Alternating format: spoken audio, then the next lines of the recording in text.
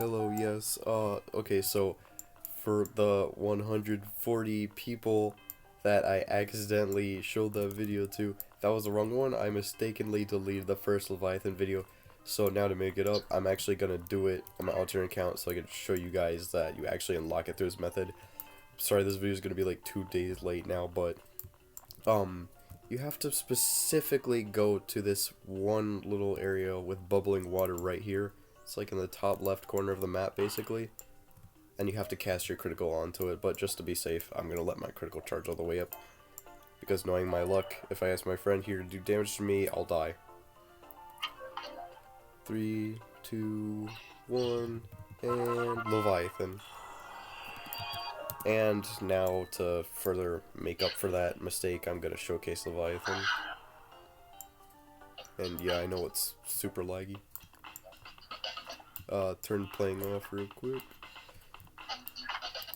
Yes, you can get out of here. Go play Gmod. Okay, so anyways. Oh god, this is so laggy, I'm sorry. See ya. Anyways, Leviathan's passive is Void Shark. Acquire the properties of Drown Effect, which basically allows you to submerge into the void and you gain double speed. This also allows you to gain alternates for all of your abilities. So that would be the first ability. Leviathan doesn't have a basic click attack. It actually has an ability for its click. Low Tide, Flop Short, Forward, a short distance to deal 10 damage to targets on contact. Hitbox lasts through the whole flip and the AoE at the end. And if you do it while submerged in the water, you just do a huge jump and you do 12 damage on contact and inflict knockback. So I'll try to do that over here to the sleeping dummy. Yeah, as you can see, 12 damage and knockback. Pretty big knockback. And then for Q, you've got, I think it's called Rippling Tide. No, Rippling Bolt. Spit a piercing bolt that deals 10 damage and pulls in the first target hit. Only has a 2 seconds cooldown. I think that's pretty broken. I think that should get nerfed sometime soon. But you can combo that with click really easily. It's essentially a true combo. And then if you do Q in the void, oh god. So, wait, let me jump out of the void so I don't die. I forgot to mention that you take 5 damage every half a second, so you essentially take 10 damage every second. While in the void, turn to a giant creature and bite upwards, dealing 30 damage and inflicting drown to enemies hit. So, basically, Jesus Christ, the thing is huge. I'm gonna use that for the thumbnail. Yeah, 30 damage. It's really hard to land, but it's really, really rewarding. There's more damage than most criticals. And then for E, you've got, that would be Typhoon. After delay, slam down in the area for 10 damage, inflict slow, and drown. And you also gain a speed boost during it. Yeah, slowing and drown, just like that. But if you do it in the water, you do a huge jump, and the drown lasts for 1 second longer. So basically...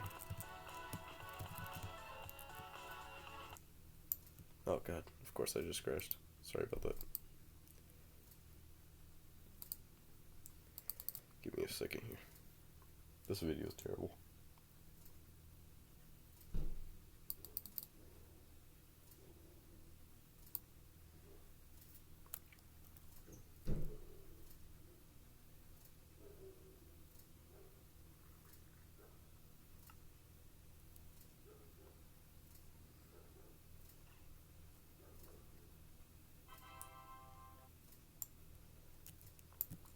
Okay, so anyways, like I was saying, if you do E in the water, you basically just do a huge jump and do essentially the same thing. And now you've got the critical. Hubert Howitzer, charge up and unleash a flying torpedo forwards, dealing 28% of maximum health and heavy knockback. So basically, if I do it on this dummy, it'll do 20 damage, because that's 20% of his full health. But if I do it to the super dummy, it's going to do way more, because he has 10 times his... What? No, he has like... Basically, he has way more maximum health, so it does more damage. So the higher max health they have, the more damage it's going to do. So this class is pretty good against tanks. And then if you do that underwater, you do essentially the same thing, but it's a different projectile. And it goes a lot higher. basically just a little typhoon. But yeah, anyways, that's it for this video. Hopefully that's good enough. Hope that makes up for the huge mistake. I'll promise that won't happen again.